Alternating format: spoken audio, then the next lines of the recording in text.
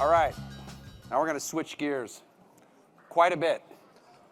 Next up, we're going to take a deeper dive into the psychedelic molecules themselves, a little bit of chemistry class, not really, and how they were discovered or invented from ancient cultures through to today's modern AI and machine learning.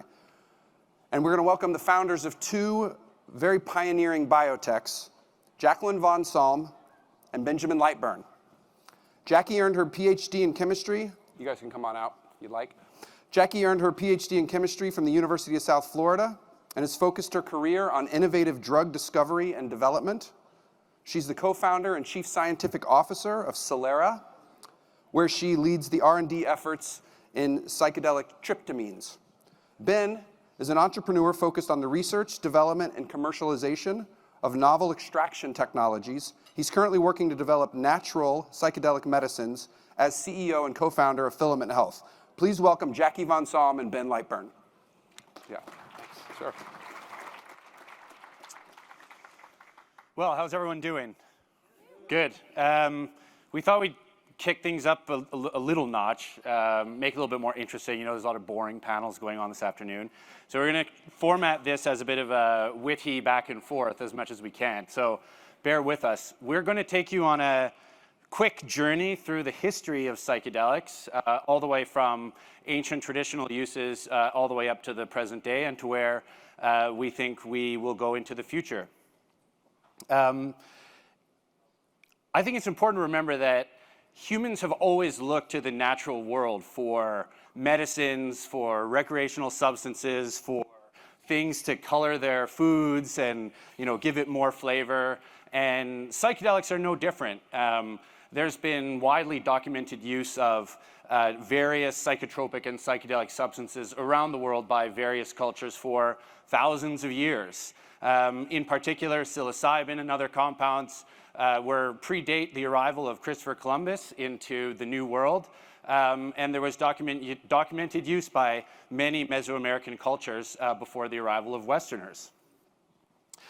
But perhaps the most famous story of how one of these substances, psilocybin in particular, came to be known by the West is the story of a sort of eccentric gentleman by the name of Gordon Wasson, who was a kind of gentleman ethnomycologist, ethnobotanist, former vice president of banking at JP Morgan. For some reason, he had this interest in various mycological sources around the world, and he heard the story of a magical mushroom in Mexico. And he actually went to Mexico and visited a woman there by the name of Maria Sabina, who is a member of the Mazatec tribe. Accounts vary about what actually happened. You know, was he given permission to share her story with the world? You know, did he take the mushrooms back with her blessing? One way or the other, what happened is he actually got a story published in Time magazine, you see it there, documenting his experience with the magic mushroom and Maria Sabina in Mexico. Eventually what happened is he took some samples from Mexico and actually brought it back to the well-known, famous Swiss pharmaceutical chemist by the name of Albert Hofmann. So I'm going to chime in as the chemist in the room. We actually wanted to do a little bit of background as well on how many of these compounds have really been synthesized in history as well. So MDMA, ketamine, LSD, you have quite a few examples of synthetic psychedelics. And a lot of times that story is not really emphasized either. In this case, Albert Hofmann, he's actually holding a model of LSD there, was most notorious for not only synthesizing LSD and psilocybin, but also partaking in some way. That story is not exactly clear, but obviously that's how Bicycle Day was born. I know we're part of MJ BizCon, but the day before 420 is actually Bicycle Day, based on when Albert Hofmann took LSD, realized what the effects would cause, had to ride his bike home during the war, and had a very interesting trip on 250 micrograms of LSD. Which is a lot. Which is a lot. Which is a lot.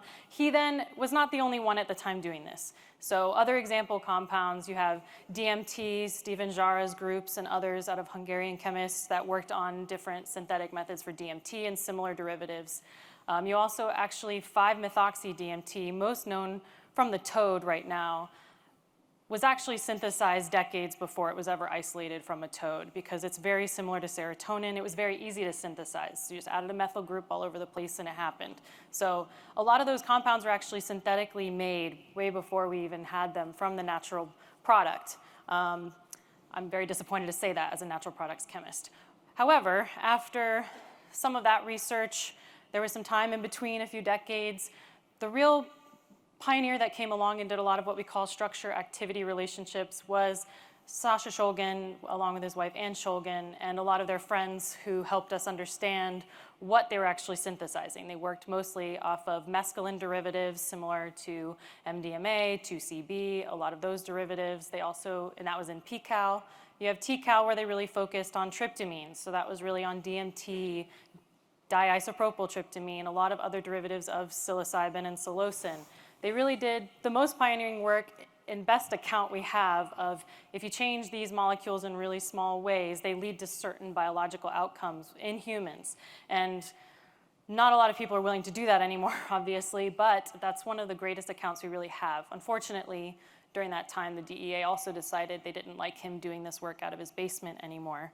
And that leads me to actually more on the war on drugs, which Ben will talk about some of the prohibition time of why we haven't really gotten very far with innovation on these compounds.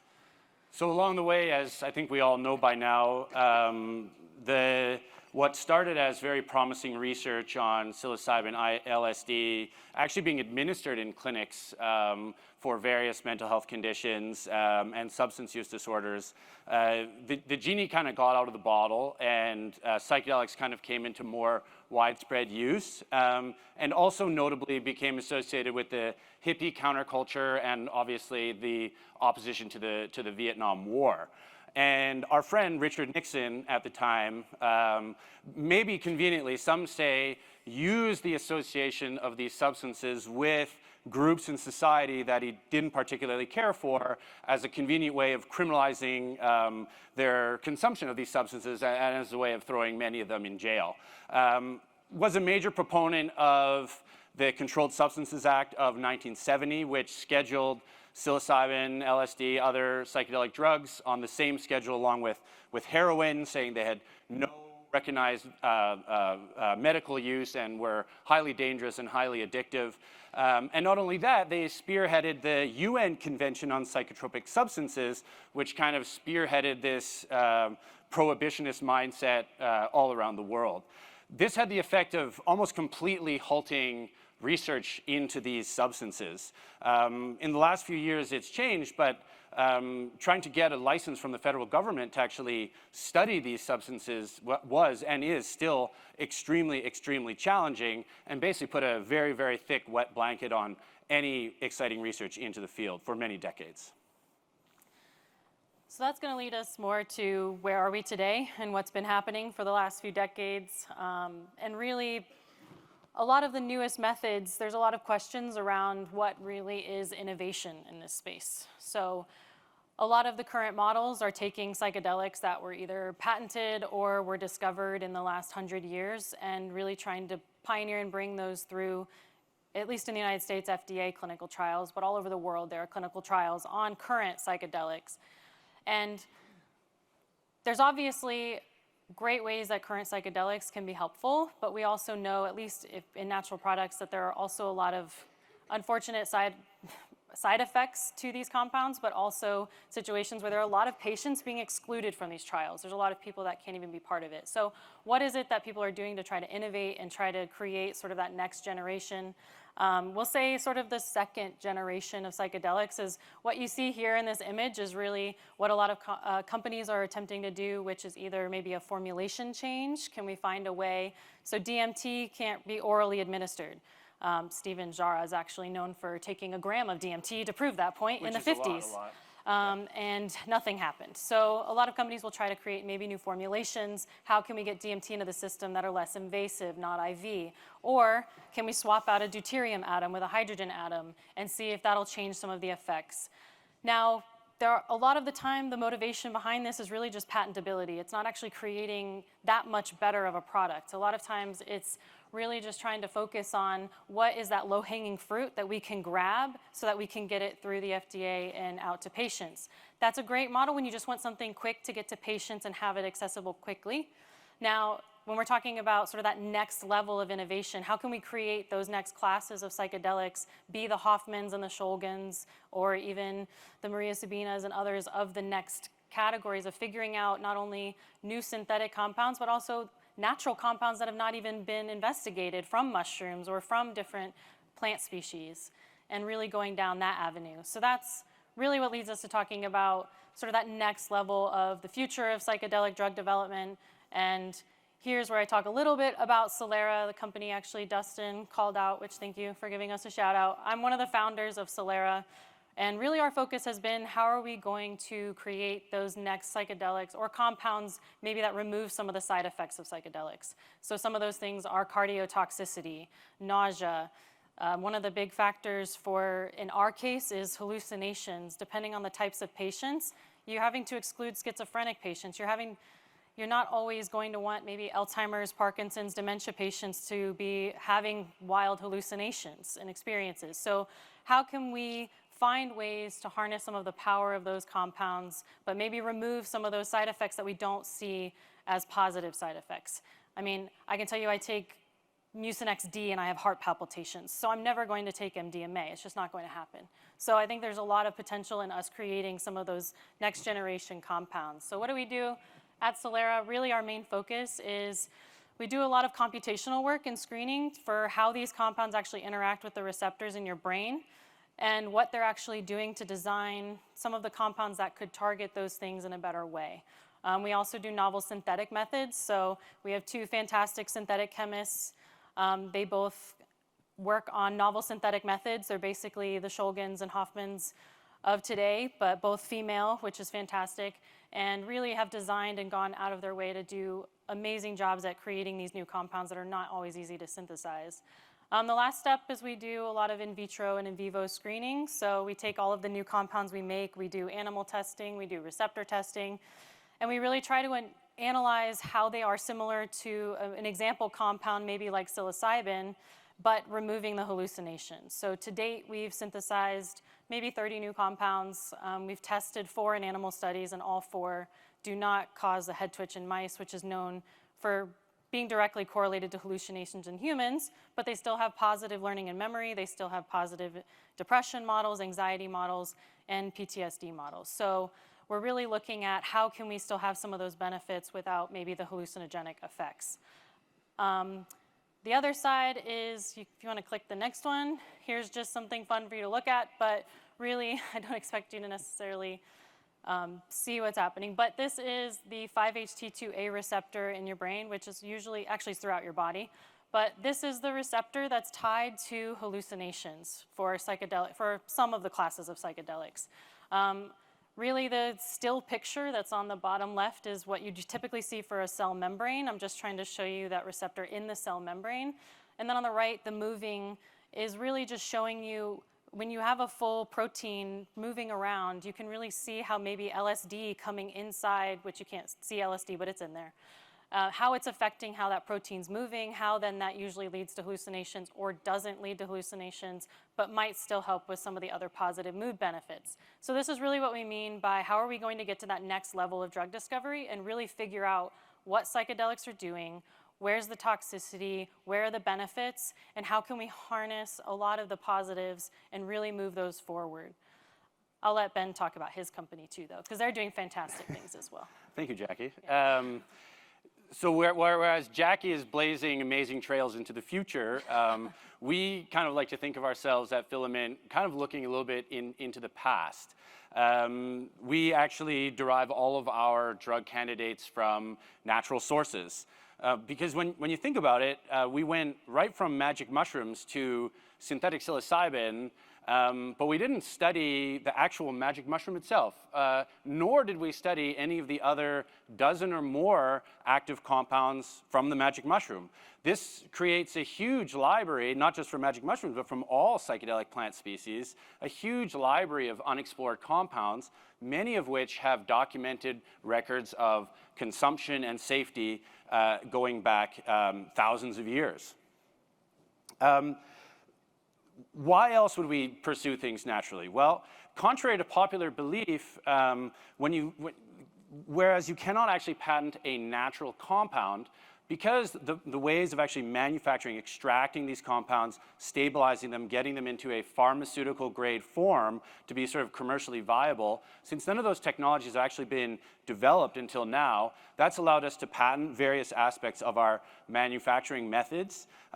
The other thing to remember is that, well, people have been consuming these substances for thousands of years, right? There's actually been much more human experience with natural psilocybin and magic mushrooms than there has with synthetic, right? There's only been, maybe a few thousand doses of synthetic psilocybin given in clinical trials, where how many millions of experiences have there been with magic mushrooms?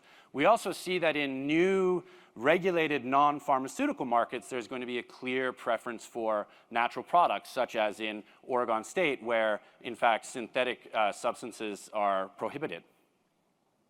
So I'll talk a few about some of our innovations that we've developed. Our psilocybin drug candidate is actually the first non-synthetic psychedelic drug candidate to enter into a clinical trial. In addition to being natural, what makes it unique is that it actually contains all of the secondary metabolites from the magic mushroom, compounds like psilocin, norpsilocin, baeocystin, et cetera, et cetera. So our drug is actually a complex mixture of many active ingredients and elements from the magic mushroom.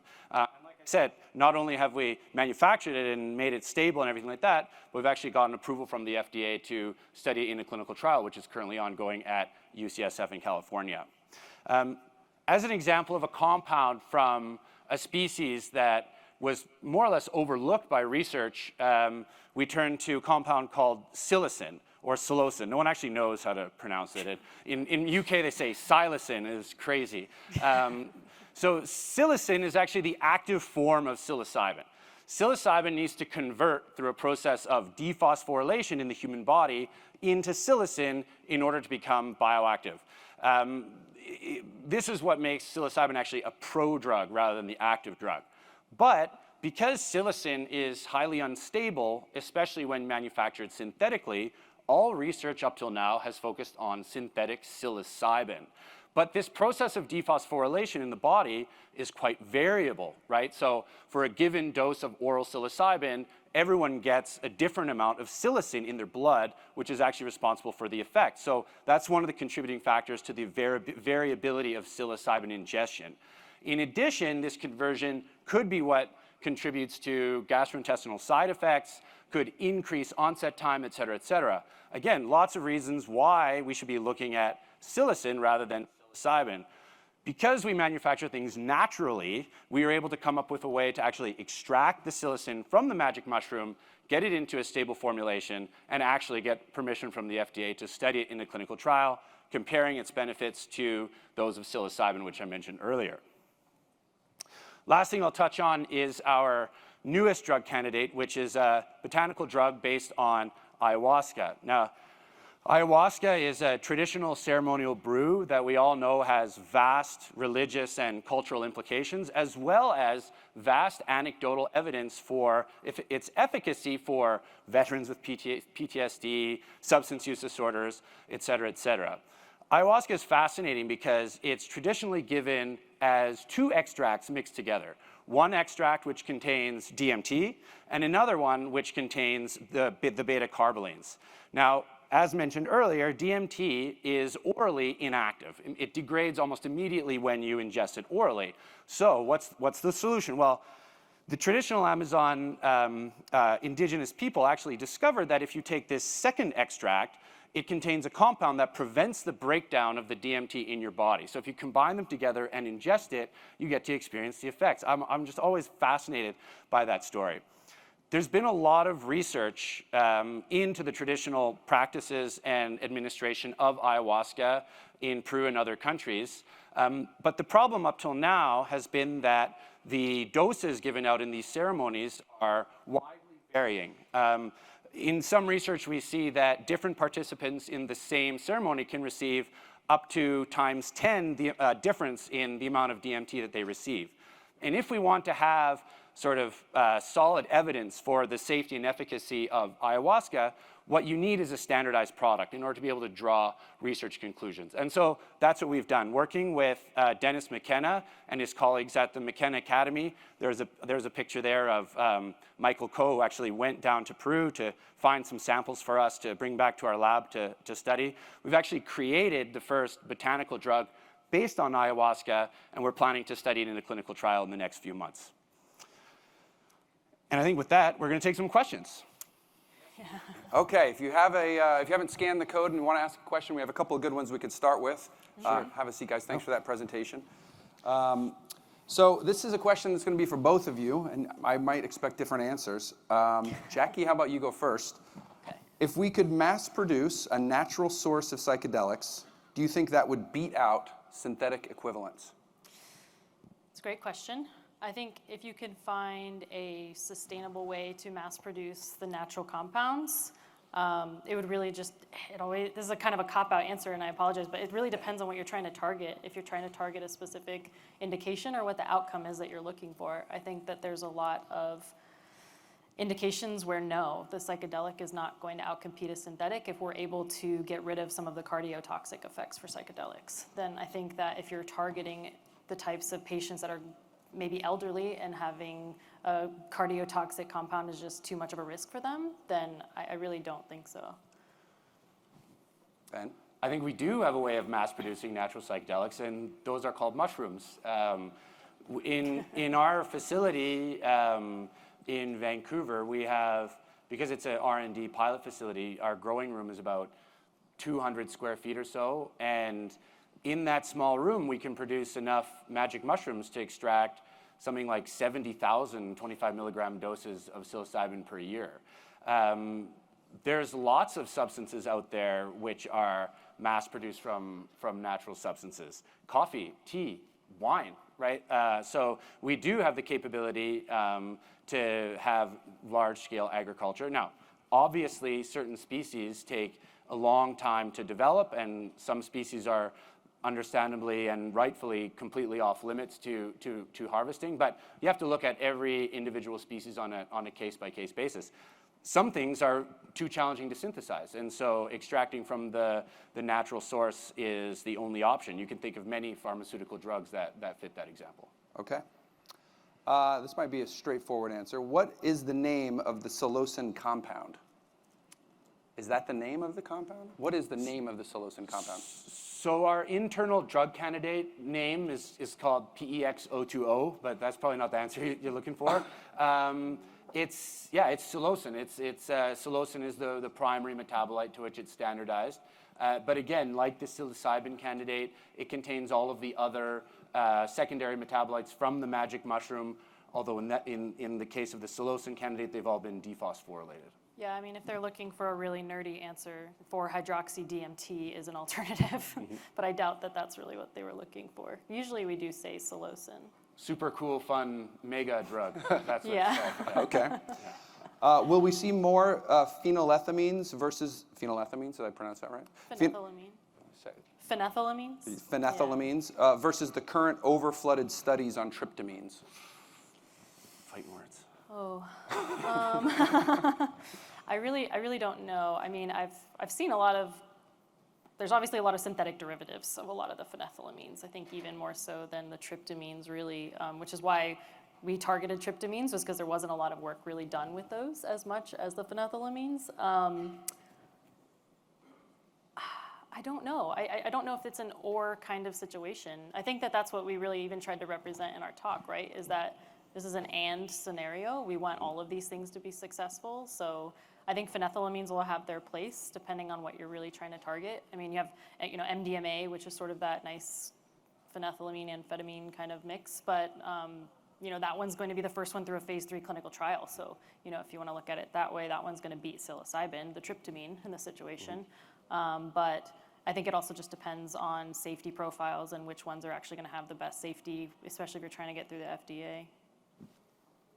Yeah, I mean, any drug that is safe and efficacious, I mean, that's something that we should want, right? You know, what its structure is based on, I don't think is terribly important. And it's also, remember, yeah, there's a mountain of studies on tryptamines, especially psilocybin, but there's still a long way from actually getting a psilocybin drug approved, right? It's only just left phase 2 and entering into phase 3, so there is still a road ahead, and we're only scratching the surface of all the different indications in which it could be potentially efficacious, right? So more and more academic and commercial research is coming out, showing efficacy in new indications, and so, you know, I think that's one of the reasons why you see lots of psilocybin studies. Okay. Ben, I think this one's for you. Since psilocybin has been used ceremonially for over thousands of years and published papers have been created for more than 40 years of prior art, how will you get around that? So, like in terms of our IP, we don't patent any actual compounds themselves. You know, even if we wanted to, it's not possible. We don't want to. Nor do we have any use patents. So we don't patent psilocybin for the treatment of, you know, cluster headaches or what have you. Our specific IP is centered around technology that we've developed, which enables, for the first time, these naturally extracted substances to enter into clinical trials. They're, to our knowledge, we're still the only group that's been able to successfully extract and standardize and produce a pharmaceutical grade drug candidate. And obviously, IP is a touchy subject in the psychedelics industry, but in our case, we're very comfortable in the fact that we're protecting innovations that, you know, bona fide innovations that we've come up with internally. Okay. This is for both of you. Do either of you offer lab testing for potency of psilocin in finished goods? We do not, no. Like if you're looking for more of an analytical testing lab, similar to how cannabis has analytical testing labs, I know quite a few of the ones who have done cannabis for a long time are starting to offer psilocybin, psilocin, maybe even some of the other derivatives of testing, but no, our company's focused on really just creating new compounds. We do on a limited basis. The trouble is in the licensing. We can't receive any illicit products because it has to be traced back to a licensed source. So whoever was providing us the substances would need to have some kind of, you know, DEA license or Health Canada license. But it raises a very interesting subject that, you know, testing methods and analytics are of the utmost importance and are still honestly just getting figured out, right? We see certificates of analysis from companies that are analyzing mushrooms, and it beggars belief, you know, the kind of nonsense that you see sometimes. The industry is really needing, especially in the natural world, more consistency of standards, analytical methods, simply so that when consumers go to take a product, that they know what it is, what they're getting. So far, those methods are few and far between. Okay, we have time for a couple more. It's exciting that you speak about clinical trials. Is there any concern using synthetic API regarding issues like batch-to-batch consistency? So that's going to be, they're just talking about like the pharmaceutical actual ingredient. The active pharmaceutical ingredient is API, so that's what they're referring to there. No, I mean, really, because anytime so we do a lot of the early stage R&D of developing the synthesis, creating the compounds, and then working through a lot of that initial R&D process. But before you can even get something into the clinic, you're going to have to find a GMP manufacturer, at least GLP, but really GMP to even get to phase 2. So you might as well just start there from the get-go. You have to find someone that's going to actually be able to work with you as a contract research organization or a contract manufacturer that will actually then be able to take the synthetic methods that we've developed, expand those into a GMP protocol that can then be used into actually going into the clinical trials. So we do not actually do the GMP synthesis. We would be the ones that are developing the early stage synthesis and then paying the manufacturers and also giving them as much information as possible for them to then do the GMP synthesis. The question may have been, is there concern about batch-to-batch consistency with natural substances? Anyways, with natural manufacturing, that is the number one challenge, is to achieve batch-to-batch consistency, because every mushroom, every plant is different, but so are human receptor sites, and so are humans, right? So that's one of the main things that you do need to show the FDA and Health Canada before you enter into clinical trials, that you can consistently manufacture in a GMP environment these drug candidates, and that, for example, our drug candidates have a dozen or more active metabolites. You need to demonstrate that all of those are consistent, right? And that they're not breaking down and they're stable and all these different things. So it is a challenge. Okay. Jackie, this is a question for me. On that graphic that you showed, the video of the LSD molecule interacting, how well understood is that process? I mean, you said this is what we think happens. Like, what's the knowledge base on how the actual hallucination chemistry works? So there's still a lot of questions around the pharmacology, meaning that might be the receptor that we've currently tied hallucinations to. However, there are other receptors tied to similar things. So some of the opioid receptors, there are a few others that are known to still lead to hallucinations. Since we mostly work with tryptamines, it's largely known that LSD and tryptamines go to 5-HT2A. That work has been done for decades. If you want great reading on that, look up Brian Roth out of UNC. You also have quite a few others in the fields between Charles and David Nichols and lots of others who have done tons of research to prove that 5-HT2A is the hallucinogenic receptor. But what is less known is why. That's really where you start to get into trouble, is what happens after you target that receptor, and what is it about ketamine, let's say. So ketamine doesn't target that receptor. So why is ketamine still have some of these effects? And how are we going to tease out what it is downstream in your body that's actually happening that then leads to some of those effects? So we're starting to tease out some of those details right now, showing how if certain compounds can affect this receptor in different ways. Some are hallucinogenic and some are not. Glyceride is a great example, very similar to LSD, but does not cause hallucinations. So we're really teasing out a lot of that right now, of really figuring out what it is about that receptor specifically and how you're targeting it that is leading to the hallucinations in mice currently, but eventually, hopefully, humans. Okay, we're out of time, but there were two people who asked if how they would sign up to be part of your ayahuasca trial. Can they talk to you after the? Yeah, sure. Yeah, clinicaltrials.gov. But yeah, sure. Come, I'm around. Okay. Thank you, Ben and Jackie. No samples though. We don't have any samples. No samples. Okay. We're gonna take another 10-minute break.